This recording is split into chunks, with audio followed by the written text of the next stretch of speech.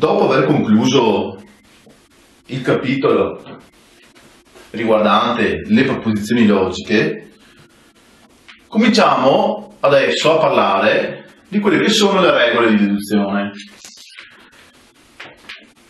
Le possiamo trovare a pagina 171 del nostro libro di testo.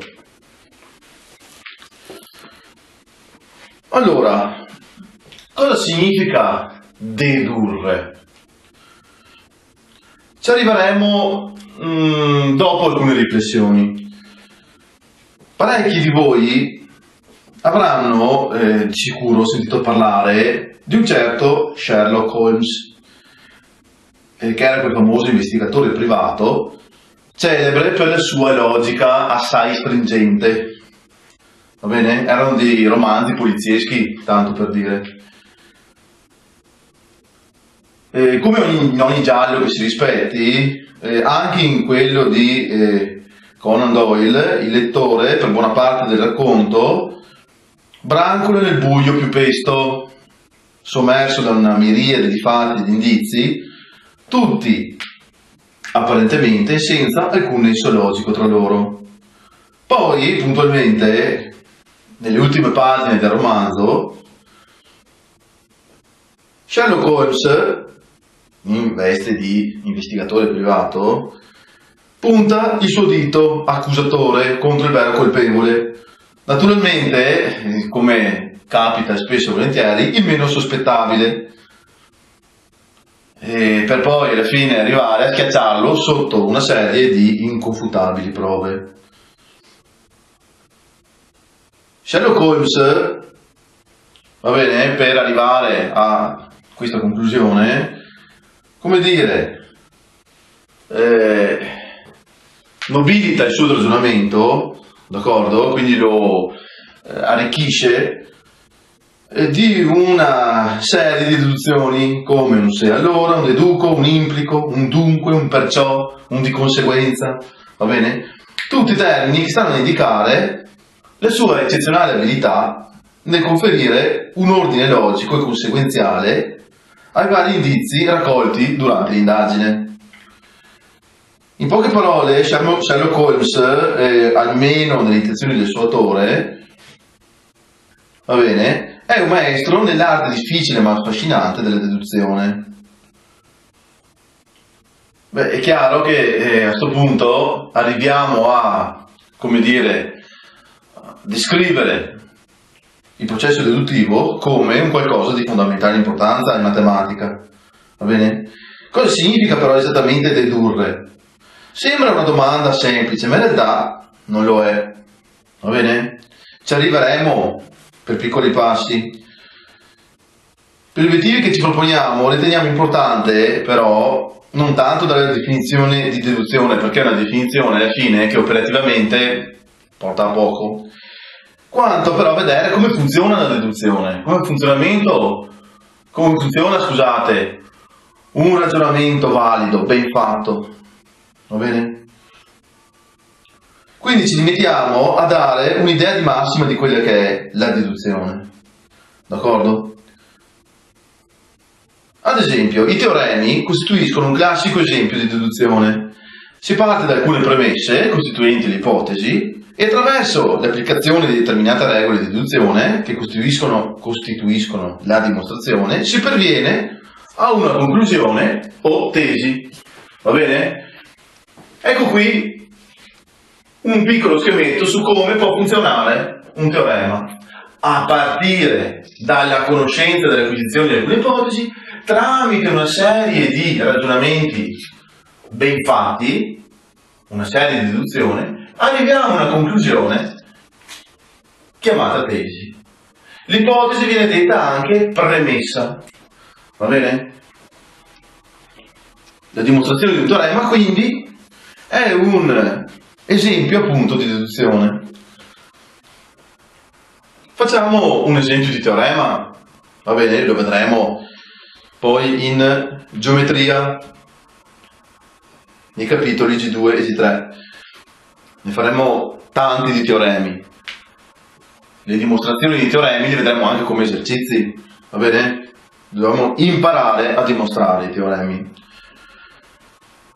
Prendiamo in considerazione questo esercizio. Teorema: se un triangolo è isoscele, allora gli angoli alla base sono congruenti. Attenzione che la definizione di congruenza ancora non ce l'abbiamo in testa, va bene? In teoria la dovreste aver già affrontata nelle esercitazioni insegnate per casa, va bene? Dire angoli congruenti significa angoli sovrapponibili tramite un movimento rigido, d'accordo?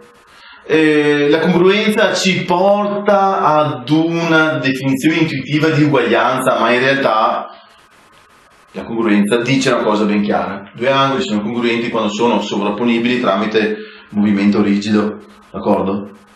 Un angolo di 60 gradi, tanto per dire, è congruente a un altro angolo di 60 gradi. Proviamo a immaginarci gli angoli alla base di un triangolo isoscele, supponiamo siano di 57 gradi, va bene? Perfetto, il triangolo è isoscele. Cosa dice questo teorema? Se un triangolo è isoscele, allora gli angoli alla base sono congruenti. Ipotizziamo che siano di 57 gradi tutti e due, va bene?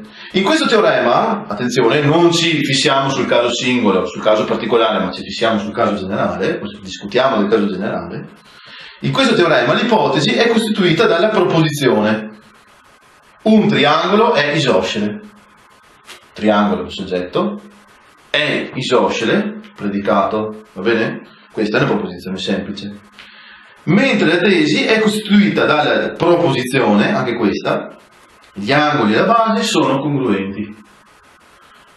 Quindi provate a immaginarvi nell'ipotesi, appunto, la proposizione un triangolo isoscele, e nella tesi la proposizione semplice chiaramente, gli angoli alla base sono congruenti. Come si fa ad arrivare alla conclusione, cioè la tesi? Tramite una serie di ragionamenti, tramite una serie di deduzioni, va bene? Poi vedrete che possiamo vedere questa come ipotesi e questa come tesi, d'accordo? Quando in un triangolo i due angoli a base sono congruenti, allora il triangolo è isoscele, d'accordo? Ve l'ho fatto appunto come esempio in andata. Se un triangolo è isoscele, quando un triangolo è isoscele, allora gli angoli alla base sono congruenti. In mezzo ci sta la dimostrazione.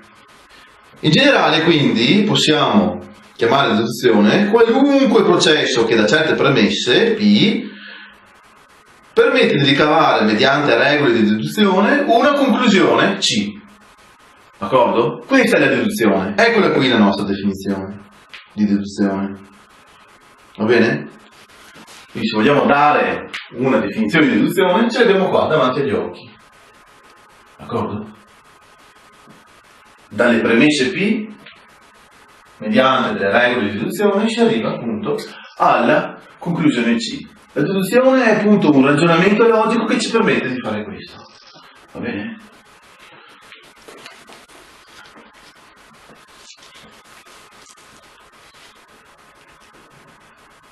Ci rendiamo conto quindi che il cardine del processo di deduzione è rappresentato dalla casella centrale, va bene? Dello schema, quindi dalle regole di deduzione. Okay? La conoscenza e la corretta utilizzazione delle regole di deduzione sono la base di un qualunque ragionamento valido. Va bene? Ecco che, molto importante,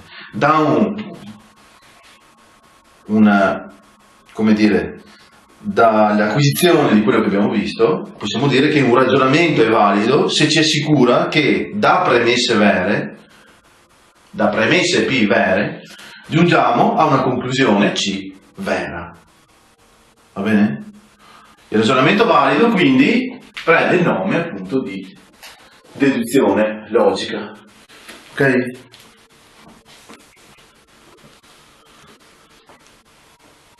Quindi un ragionamento è valido e noi come esercizi dovremo andare a verificare la validità dei ragionamenti quando soddisfa le seguenti condizioni. Ogni qualvolta, punto 1 importante, sono vere le premesse P, deve essere vera anche la conclusione C. Premesse P e conclusione C. La conclusione C, attenzione, deve essere una conseguenza logica delle premesse P. Ok? Con queste due condizioni noi andiamo a supportare quello che è un ragionamento valido. E appunto lo vedremo adesso con l'esposizione di alcune tecniche di ragionamento. Ok? Una cancellata.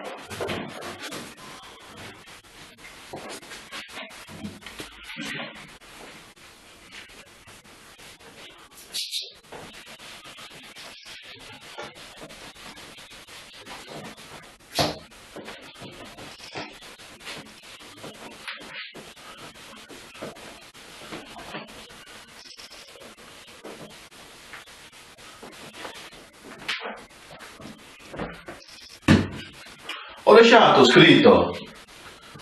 scritte le condizioni che identificano un ragionamento valido proprio per il fatto che andiamo a, a costruire quello che è un primo schema di ragionamento valido, chiamato regola di inferenza della proposizione diretta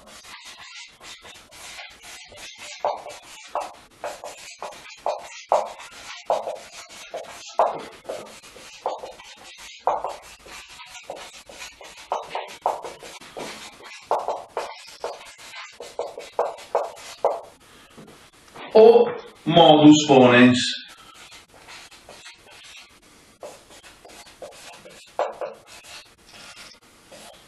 D'accordo? Partiamo subito con un esempio. Abbiamo due proposizioni. Dall'esempio poi costruiremo questo modo di ragionare, va bene? Questo schema di ragionamento. Proposizione A. Un numero n naturale ha come divisori solo se stesso e 1.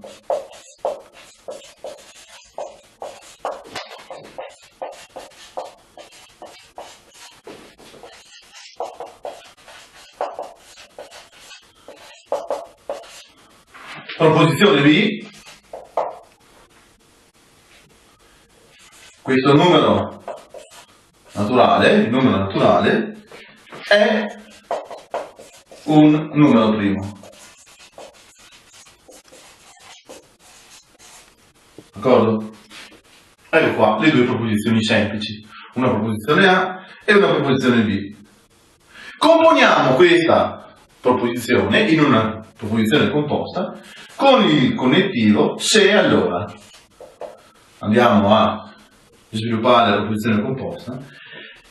Se proposizione A, se n numero naturale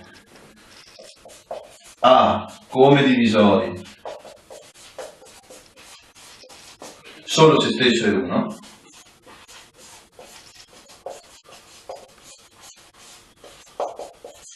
allora è numero primo. Va bene?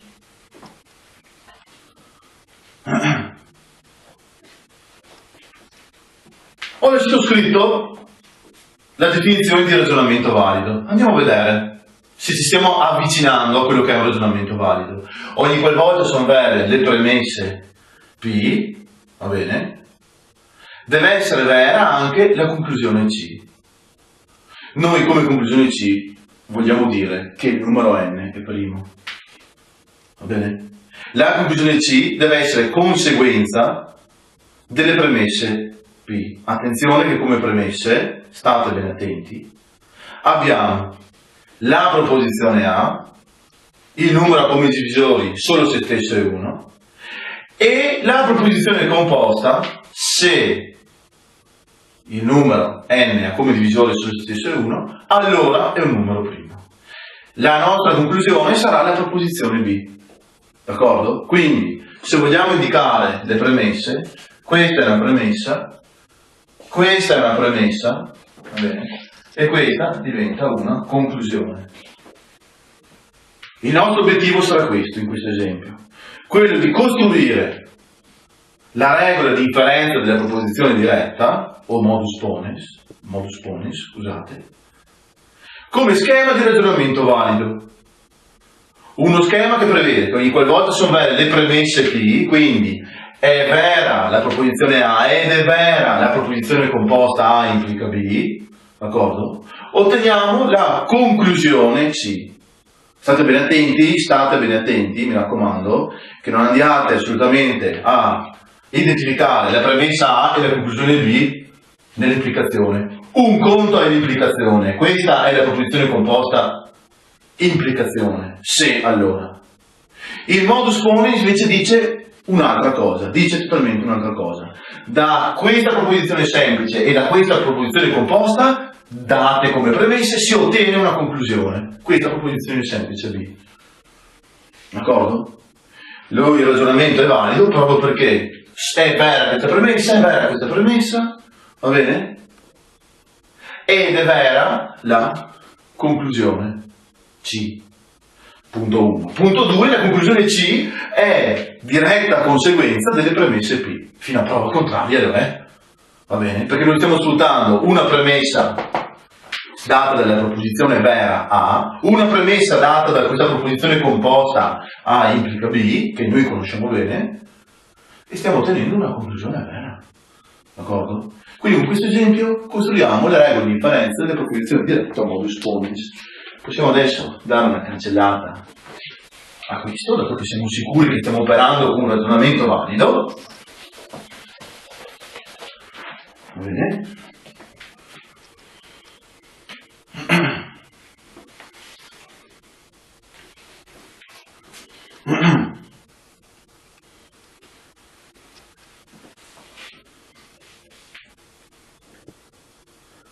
E andiamo quindi a costruire quella che è la nostra premessa. La nostra premessa sarà una composizione tra A implica B e A. Va bene? Quindi assumiamo come premessa P, quindi non più due premesse ma una premessa unica, P, la proposizione, state ben attenti, A implica B, and, connettivo logico è, A. Questa proposizione composta, potete scriverla voi nel quaderno, cosa dice? Se il numero naturale n ha come divisori solo se stesso e 1, allora è un numero primo, e il numero naturale n ha come divisori solo se stesso e 1. D'accordo? Ve la potete scrivere qua. È una proposizione composta un po' lunga, la ripeto. Scrivere questa proposizione significa scrivere se n è un numero naturale ha come divisori solo se stesso e 1, allora è un numero primo, e proposizione A, il numero n naturale ha come divisori solo se stesso e 1. Questa è la nostra premessa, scritta in simboli e scritta a parole, ve la potete scrivere tranquillamente nel quaderno. Otteniamo quindi la conclusione C, questa è la premessa P, e la conclusione C la scriviamo come proposizione B, cioè, la scrivete anche voi nel quaderno, n è un numero primo. Va bene? In altre parole, se accettiamo come vere le proposizioni A implica B e A, che costituiscono entrambe la premessa, vedete, inferiamo o implichiamo logicamente la verità della proposizione B. Possiamo quindi adesso dare quella che è la regola di inferenza deduttiva, va bene, della proposizione diretta o modus ponens. Cosa dice quindi il modus ponens?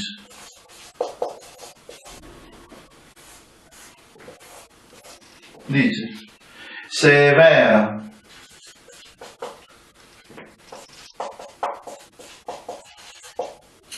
l'implicazione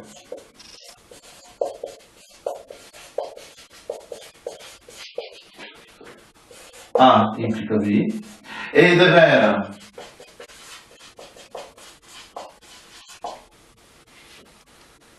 A, attenzione che A è chiamato l'antecedente, questo lo sapete già, allora è vera anche B.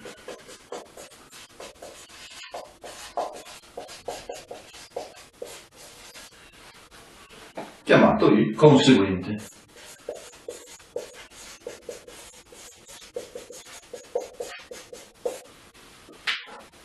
D'accordo?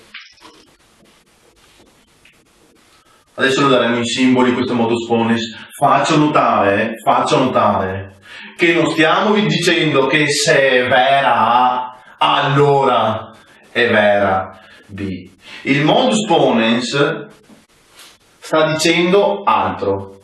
Sta dicendo che se è vera questa implicazione, A implica B, se è vera questa proposizione, se n è il numero primo come divisore sullo stesso è 1, allora è il numero primo, e se è vera l'implicazione A, allora si deduce, si inferisce, va bene, che è vera la proposizione B, il conseguente, va bene? In simboli si può scrivere il modus ponens in due modi. Una cancellatina. Qua, possiamo cancellare un po' meglio.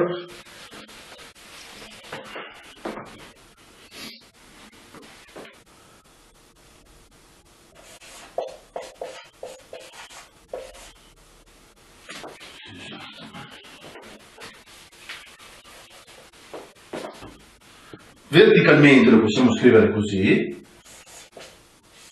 linea orizzontale B, d'accordo? Sopra questa linea scriviamo le premesse, sotto questa linea scriviamo le conseguenze. Questa simbologia dice se sono vere le premesse, si deduce, si inferisce che,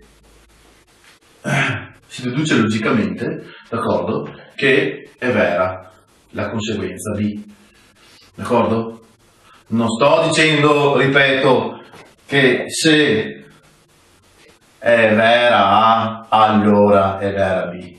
Questo è inerente alla nostra implicazione. Io sto dicendo che se sono vere queste due premesse, si deduce logicamente, è una frase completamente diversa, che è vera la conseguenza che ho indicato. In altri simboli, se vogliamo scrivere orizzontalmente questa scrittura,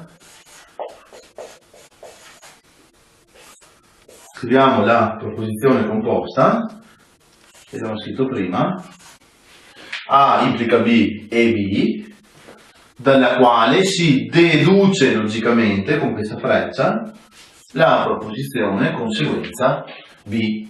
Queste sono le premesse B, questa è la conseguenza C. D'accordo?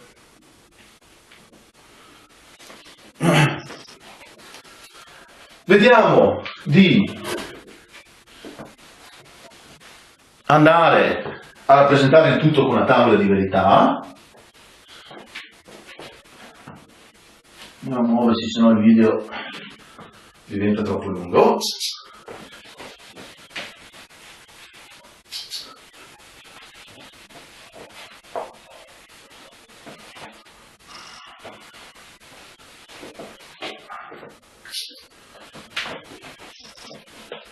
E verifichiamo che il modus ponens è effettivamente un ragionamento valido, va bene? Secondo le due regolette che abbiamo visto prima. Quindi quelle due regolette che abbiamo visto prima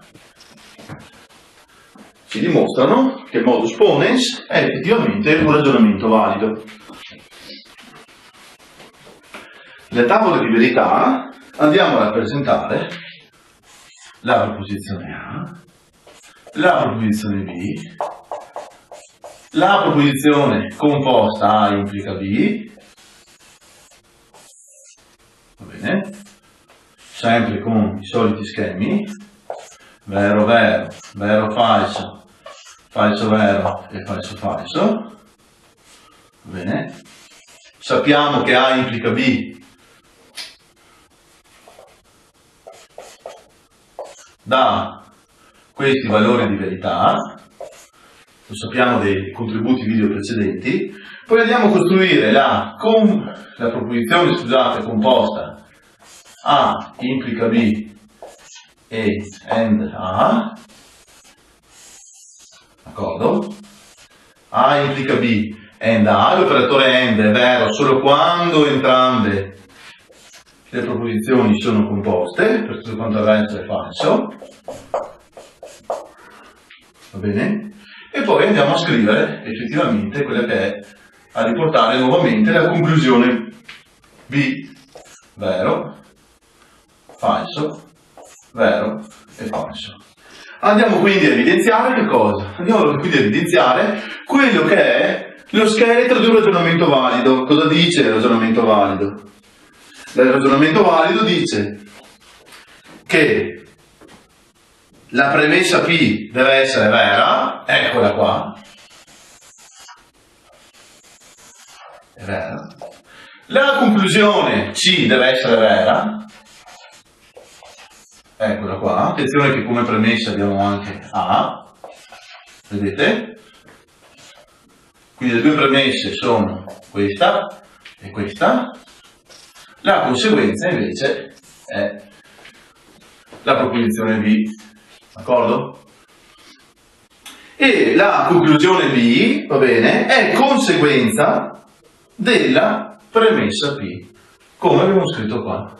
Vedete che la proposizione B è conseguenza della premessa P, d'accordo? A implica B and A, va bene? Chiaramente A l'avevamo già indicato, scusate, questo qua si può anche fare a meno di indicarlo. Questa è la nostra premessa, cancelliamo anche qui, questa è la nostra premessa, questa è la nostra conseguenza, va bene? Avevamo già indicato la premessa come proposizione composta, non serve indicare questa, assolutamente. Va bene? Andiamo a evidenziare proprio il vero della premessa P e il vero della conseguenza B. Sappiamo quindi anche che la conseguenza B è, va bene, la conclusione, scusate, la conclusione B è conseguenza della premessa P, va bene, della premessa di questa proposizione composta, quindi A implica B and B, dai quali si deduce logicamente B, è un ragionamento valido. D'accordo? Quindi questa roba qua è un ragionamento valido. D'accordo? Come abbiamo fatto a capire che è un ragionamento valido? Lo ripetiamo. Un ragionamento è valido quando la premessa è vera, la conseguenza è vera, ok? La conclusione, scusate, è vera, la premessa è vera, la conclusione è vera, e quando la conclusione è conseguenza delle premesse, eccola qua, va bene? Quando quindi la conclusione si deduce logicamente dalle premesse. Questo è quindi un ragionamento valido, d'accordo? Mi raccomando, facciamo sempre una distinzione tra quella che è una deduzione logica e quella che è un'implicazione, va bene? Ok, quindi una differenza tra l'implicazione e l'inferenza, va bene? Questa è l'inferenza, questa invece, la freccettina qua piccola, è un'implicazione che avevamo già studiato. Questa è un'inferenza o deduzione logica. C'è una differenza sostanziale, perché la verità della proposizione A implica B non comporta necessariamente la verità né di A né di B. Infatti, vi ricordate che nella tavola di verità dell'implicazione A implica B è vera anche se A e B sono false. D'accordo? Quindi la verità di A implica B è assolutamente scollegata dalla verità di A e di B. D'accordo? L'implicazione opera così. La verità della proposizione composta, data dall'implicazione, è completamente scollegata dai valori di verità delle due proposizioni semplici. Così opera l'implicazione, mentre nell'inferenza o nella deduzione logica, che è questa, è questo tipo di freccia qua, va bene? La contemporanea verità di A implica B e di A, ok? Cioè questa roba qua, questa verità qua, porta necessariamente alla verità di B. D'accordo? Quindi nella deduzione sì che siamo collegati, siamo completamente dipendenti dalla verità di premessa e di conclusione. Chiaro? Occhio appunto a questa importantissima differenza.